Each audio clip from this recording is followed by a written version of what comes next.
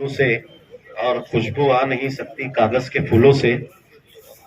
हम तो सब कागज के फूल है, लेकिन अगर असली गुलाब अगर यहाँ देखना है ये गुलाब की शक्ल में, तो वो बंडू काका बच्चा हो।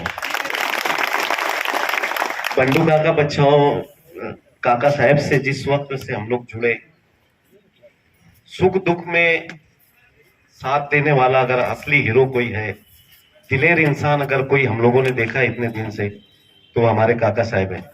जिस वक्त से हम काका साहब के साथ काम करना शुरू किए 12 बरोतीदार मित्र मंडल के अंदर, हम तो काम करते ही थे, सोशल काम करते थे, लोगों की खिदमत करते थे। कभी हम लोगों ने समाज नहीं देखा, हम लोगों ने कभी हिंदू मुसलमान नहीं देखा। लेकिन काका साहब के साथ जिस वक्त हम लोग टच हुए, उनसे हम लोगों ने साथ में काम करना शुरू किया 12 बलोतेदार मित्र मंडल के अंदर, हमारी जबान से निकला हुआ अल्फाज रहता था और काका साहब बोलते थे कि यस करो, हमको ये काम करना है। काका साहब के इतने काम है, अगर हम लोग गिनाते बैठे, अगर वो कामों को आप लोगों के सामने बताते बैठे तो पूरा दिन निकल जाएगा, लेकिन काका साहब के काम खत्म नहीं होंगे। ये काका साहब हमारे बीच में ऐसा एक हीरो हम लोगों को ऊपर वाले ने दिया है कि हम लोग उनका एहसान मतलब रहकर साथ में चुका नहीं सकते।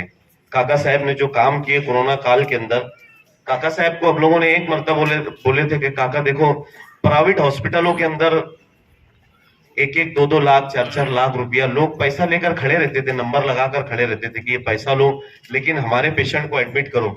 और कितने गरीब ऐसे रहते थे जिनके पास पैसा नहीं हुआ करता था, और वो गरीबों को इलाज के लिए पैसा नहीं हुआ करता था, यहां तक कि वो लोग स्वीकार लेते थे कि हम लोगों को अब मौत आ जाए तो अच्छा हो जाएगा, ये कंडीशन रहती थी। लेकिन उस दौर में काका साहब को हम लोगों ने बोला, काका साहब इसके अंदर खर्च ज्यादा नहीं आता है, क्योंकि हम लोग मेडिकल फील्ड से जुड़े हुए लोग हैं। काका साहब को हमने बोला, काका अगर हम सिलेंडर का बंदोबस्त कर देंगे, डॉक्टर हमको अवेलेबल हो जाएंगे, अगर आप कोई ऐसी जगह देख लो, उस जगह के ऊपर हम लोग एक हॉस्पिटल शुरू करते, उस हॉस्पिटल के अंदर हम गरीब लोगों का इलाज करेंगे, धर्म कोई भी हो, इधर के रहो या उधर के रहो, हम लोग उनको लाकर वहां पर उनका इलाज करना शुरू करेंगे। क्योंकि सहारा हॉस्पिटल के अंदर अनेक लोगों की मृत्यु हो रही थी।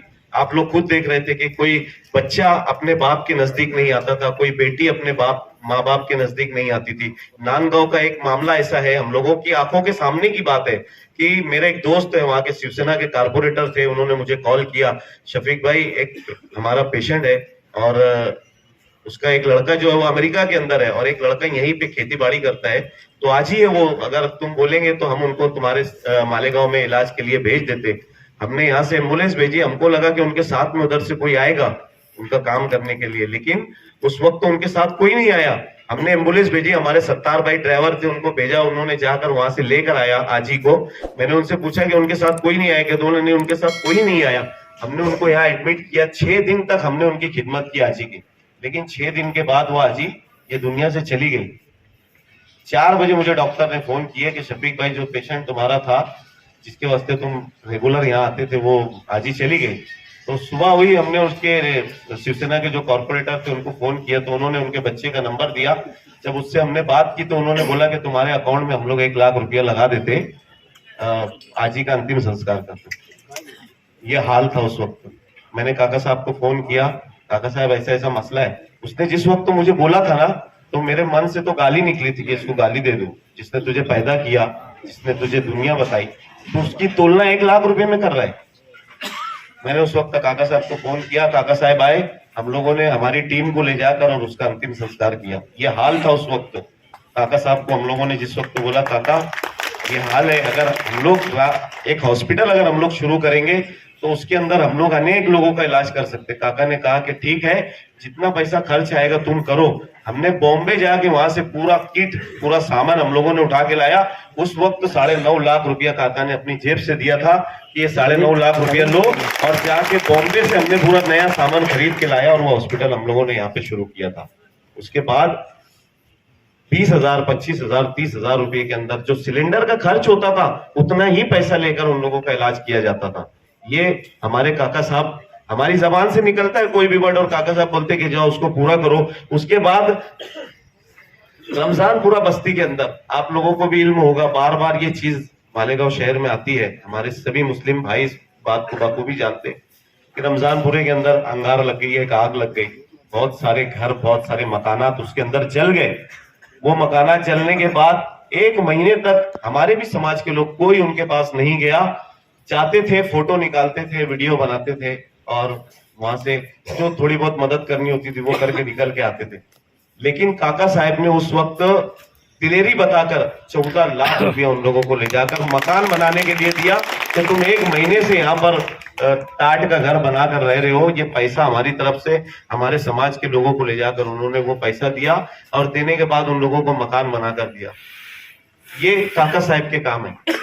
काका साहब ने जिस वक्त एक दोस्त ने उनके सिर्फ बैठकर एक जबान से बोल दिया था कि काका लोगों के बच्चों की बारात हेलीकॉप्टर से जाती है, प्लेन से जाती है, तो काका साहब ने बोला था कि तेरे बच्चे की शादी करनी है, तो बोले हाँ, तो बोले ठीक है, अपन तेरी बेटी की बारात हेलीकॉप्टर से लाएंगे।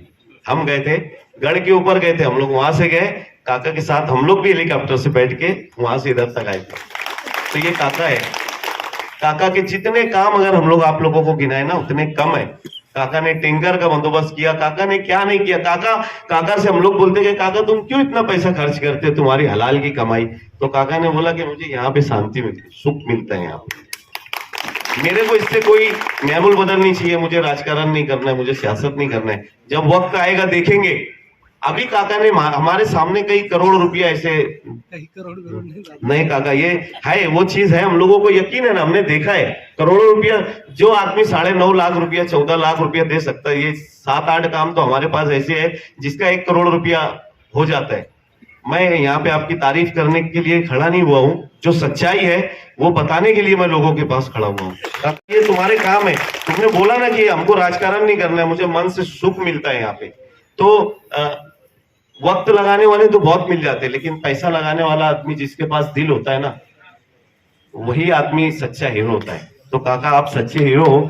सिर्फ मेरा एक बोलना आपसे इतना था कि अगर हमारे लोग यहाँ पे बैठे हुए हैं, अगर जैसे कि आपने ये 4 धाम यात्रा का एक प्रोग्राम रखा, आपने अनेक काम ऐसे किए, जैसे राम रहीम हॉस्पिटल आपने हमने बोला कि काका हॉस्पिटल शुरू करो, लेकिन काका आपने क्या किया कि उसका नाम जो दिया ना, तो वो नाम को आपने बोला कि ये राम रहीम के नाम से ही हॉस्पिटल रहेगा। इसमें मेरे दोस्त मुसलमान भी है, मेरे दोस्त हिंदू भी है, मैं खुद हिंदू हूँ, लेकिन मेरे दोस्त मुसलमान है, तो मैं राम रहीम हॉस्पिटल इसका नाम देता हूँ। अगर आपने एक मिसाल कायम की, हमारे देश में जो एक मिसाल है हिंदू मुस्लिम एकता की मिसाल अगर आपने कायम की, तो मेरा एक आपसे विनंती गुजारिश है, अगर आपका दिल हो तो आप ये कर सकते हो कि अगर जैसे आपने ये 4 धाम यात्रा का प्रोग्राम किया, अगर आप हमारे मस्जिद के पास झाड़ू मारने वालों को भी अगर उम्रा के लिए भेज देंगे कुछ लोगों को, तो हम लोग भी बड़ा आपका आभार व्यक्त करेंगे। शुक्रिया, धन्यवाद।